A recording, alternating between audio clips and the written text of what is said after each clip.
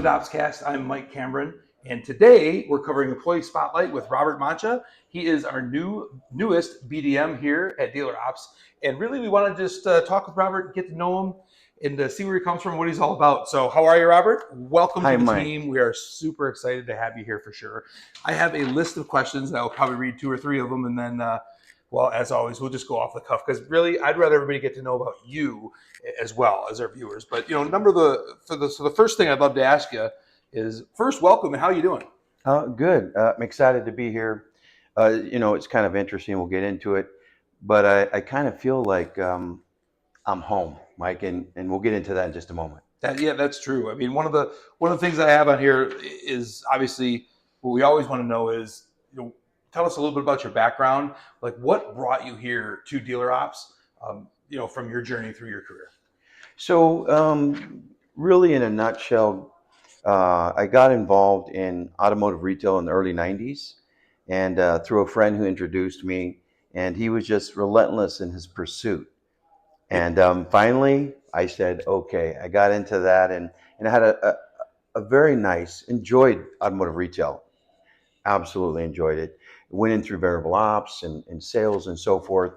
So, but in 2001, that same friend mentioned a company that was recruiting and looking for outside reps, and I got into SaaS technology. So I sold, variable ops software, desking software at that time, through support management, sales, and eventually I got with a company that was aligned in DMS, which is where I was introduced to DealerOps, and really fell in love with the tool. I'm an analytics nerd, if you will. I think, and yeah, so most of the guys in the car business that were on that end, right, and they come into the SaaS end of it, I think tend to be that way. At least that's what I found. And then coupled with performance management and how we help and solve true issues within every dealership, I think it's just outstanding. Awesome. That's great to hear. That's an awesome journey. Desking, I've come from, as we've talked about before. I'm a huge advocate of like desking solutions, how they work. I do know where you came from, and that was a phenomenal desking solution, which is great. And given that, so you've worked with a lot of dealerships, and having worked with them directly, obviously we know there's a lot of challenges that dealerships face today, and we know what we talk about a lot here on the DOPScast is what we do as an operating partner at DealerOps that can really help dealerships that way. What are the challenges that you see teams seem to struggle with most often when you've been visiting dealerships throughout your tenure? So really, I think the place that I see, and it's throughout the industry, is the disconnected workflows.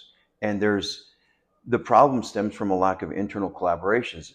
Each department within a dealership kind of operates from a siloed perspective. So sales, service, parts, F&I, accounting, they all have distinct functions within the organization, but there's a great deal of collaboration that has to occur in order for the operation to close the books on time, make sure that everything balances and all the deals are in and everything's accounted for, commissions are set right, so there's a lot that goes into it, and I think that's where we come in to help dealers. I agree. So let's switch gears for a little bit. That's professional life. Personal life, I know that you and I share coaching youth sports in the past. Tell me about that. I know for me, when I talk about that, it's running a team of 14-year-olds is a whole lot worse than running a team of anything else, right? Yeah. How's your experiences that translate? Like, tell me about that. Tell me about your life, So that kind of stuff. I came up, as we all do, youth sports, myself in participation. I really took off. Football was my first love, went into wrestling, and then I sort of started coaching, after college, stayed connected. And so really have coached a lot of sports, been connected with youths.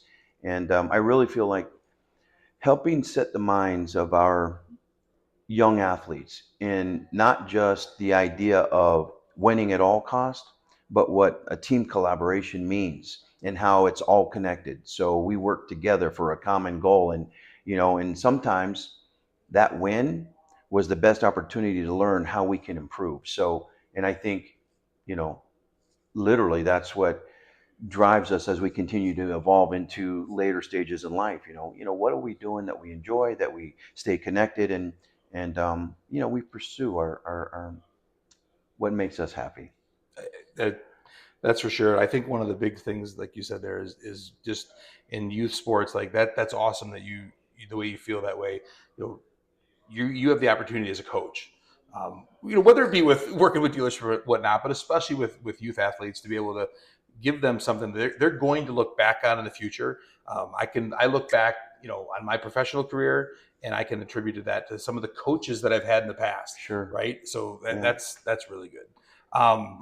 So what else? Free time that you're into? Not that we have a lot these days, anybody, but Yeah.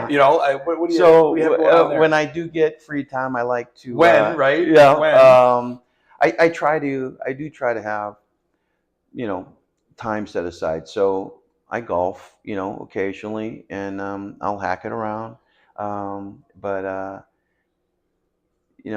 go to the gym a little bit. I do like to. I'm in my wrestling. I coach, so one of the things that got my kids excited was when I got back into competition. So I train. It helps me to have a reason to work out and eat right, or better. So yeah, I focus on that as well. That's awesome. So you're still wrestling competitively. Yeah. Wow, that's pretty impressive.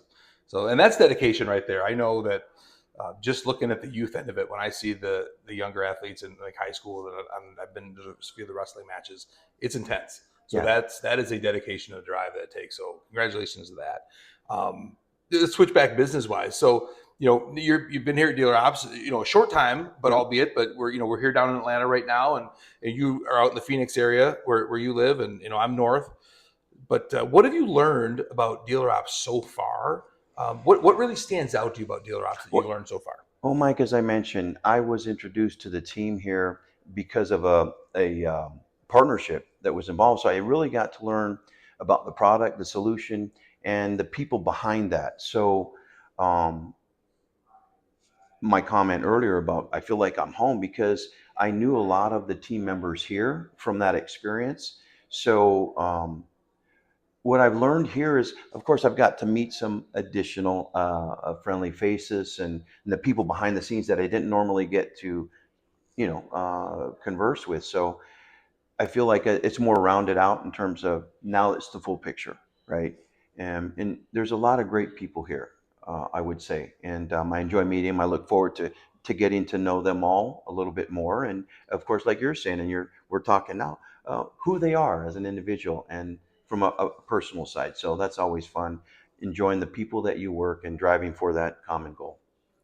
Outstanding. So last question, two part, and we'll let you get back at it. I think we all have flights today too, which is nice. But um, what excites you the most? Two parts. What excites you the most about helping um, dealerships throughout life in your new role?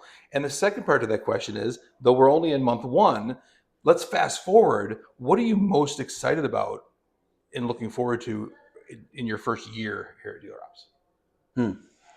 Okay, so I'll answer the first one, the former first. Mm-hmm. So what I'm excited about in a 1 year look back is a journey where I can say we accomplished something, and we all have, and I understand what we're looking to do here, and that accomplishment there's self-fulfillment in there, but I think from a greater and wider perspective, it's we're all plugged into something. I'm plugged into dealer ops, and Sure.